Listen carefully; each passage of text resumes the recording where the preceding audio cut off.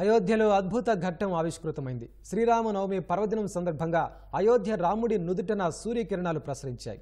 ఈ మధ్యాహ్నం 12 గంటల 4 నిమిషాల సమయంలో సూర్యకిరణాలు బాలరాముడి నుదుటన తిలకంగా 3.5 నిమిషాల పాటు కనిపించాయి.